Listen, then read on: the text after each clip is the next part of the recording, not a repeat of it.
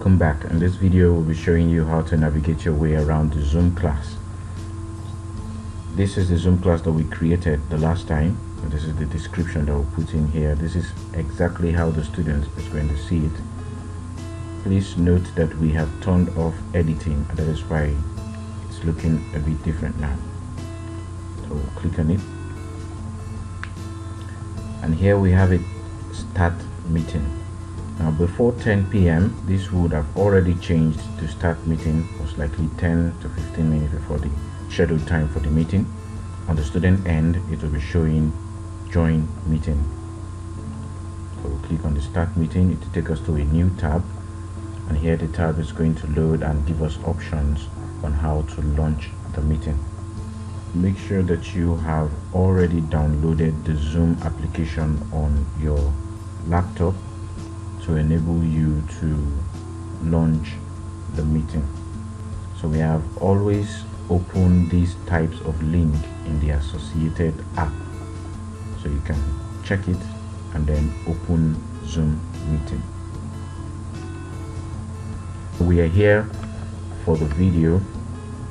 The meeting has started. So now I do not need to click on my video, but please, once you start your meeting, do not forget to click on this, because if you do not click on it, that means your student cannot see you. So I'm using my computer audio, and that is why you're seeing this going up and registering my voice input. So if you see that this is not moving, then it's most likely that you have disabled this. So if you want to disable your voice, you can also click on this and it will disable it, but please leave it on, and then you click on this to activate the video. So here we are on our page. We have the invite in case you want to invite another person, and then we have manage participants, we have the poll, we have share, we have chat, we have record, and we have breakout room.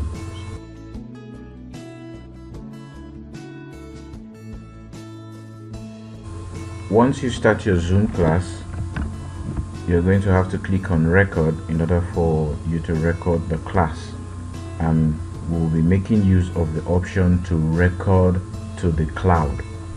So once you click on this, as the meeting is recording, it will be recording straight to the cloud, and once you're done with the meeting, a link will be sent to your mail, and that link can be copied out and then posted as a link, so that those who were not online when this meeting was being aired live can also have access to the class.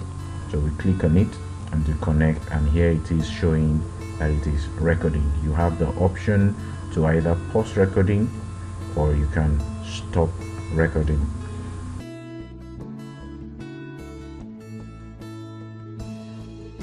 So to manage our participant, now I'm the only one here, and that is why it is just the host that is being displayed here.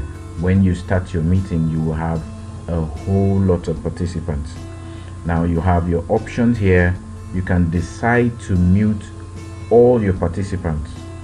So it will give you a pop-up box on pop-up auction for you to choose.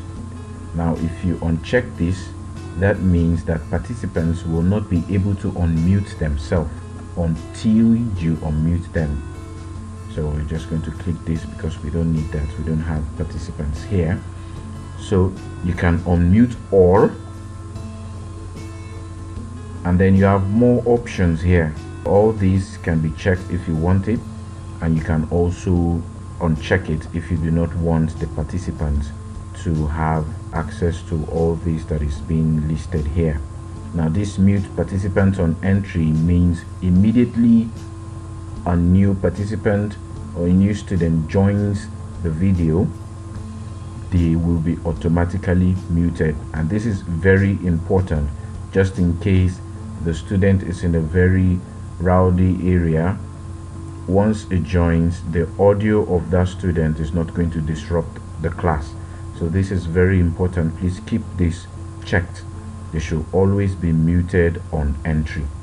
Then this If you feel you do not want the participants to be able to unmute themselves, you can click on this to remove that. But if you want them to be able to unmute themselves, you can click on this and it will check it. Then you can also allow participants to rename themselves. If they want to rename themselves to most likely their names, you can decide to allow them to do that.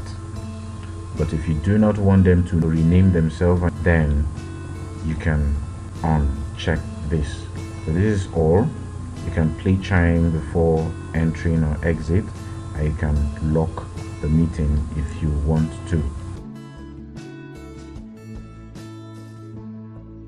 Breakout rooms. If you have quite a number of participants and you have up to 4 hosts, or you want to attend to them in groups, you can click on the breakout rooms. Now you can decide to assign a certain number of participants into a certain number of rooms. So if you want that to be broken into 4, you can click on 4 and then the list goes on. And want the Zoom application to do it automatically, that means it's going to share those participants equally into those 5 rooms. You can just leave this on. But if you want to be the one to do that, you can click on manually, but we advise that you leave it and automatically, so that it will do it without you having to input any other thing. Once you are done doing this, you can just click on create rooms.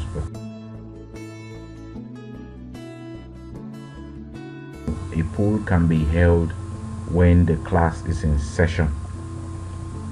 So that means you can actually make a poll available to the students to enable them engage in the class. So if you want to add a poll, take for example, Nigeria is a beautiful country. So you can put the options for them to either say yes or say no. You will see the percentage of those who said yes, and you also see the percentage of those who say no. But that is not the only thing. You can add a lot of other polls. Whatever it is that you want to get as a reply from them, you can also put it in. So let's try adding a question here. Now here it is.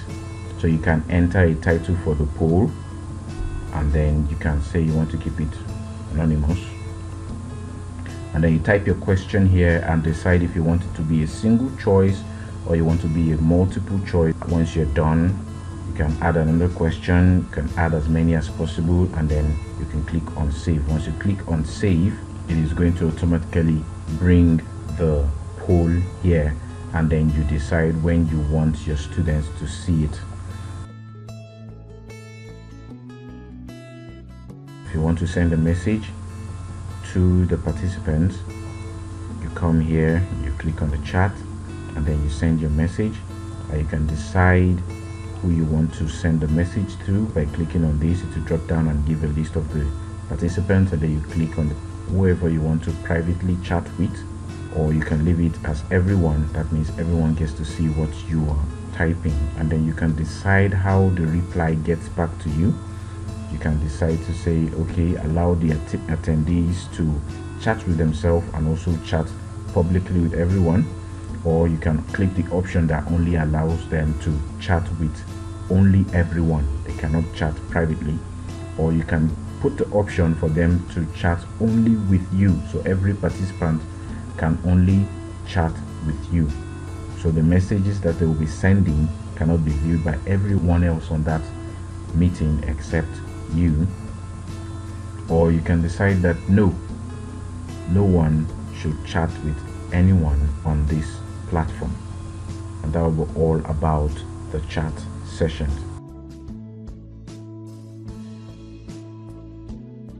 Once you're done with the recording, you click on stop recording. So a pop-up box will come up here and ask, do you want to stop the cloud recording? And then if yes, you will receive an email notification when the cloud recording is ready, just as I earlier said, and then you see yes. That is when you are done with the meeting.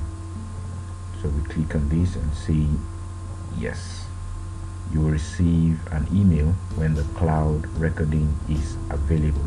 So right now we have stopped the recording, so it is no longer recording to the cloud any longer. So we can decide to end the meeting at this point. Now, since you are the only host, once you click on this end meeting, it will automatically end the class for everyone. But if you have more than one host in this meeting, that is, if you have an alternative host, if you remember when we're trying to set the meeting, there was an option for alternative host. So if you have an alternative host, even if you click on end the meeting, as long as the alternative host is there, the meeting will still be active. Once you end the meeting, that is all. So you can end the meeting for all, or you can leave the meeting or go back in case if you click that mistakenly. So let's click on end the meeting for all. That's pretty much all you need to know about the Zoom class. If there is any other added information that we need to pass across, if there's any other new development about the application that you may need to know of, we're going to have to create another video and guide you through on how to do it. In case if you do not understand how this still runs, there is the LCMS mail. You can always contact us and then we will come and support you in any way that you need. So that will be all about the Zoom class. So please note that immediately after the class has ended, you will get an email that is showing you the link to the cloud meeting. So once you get the link, you copy it and then you put it into the section which says the previously facilitated session. We will also create a video to show that. So that will be all for now. Do have a nice time.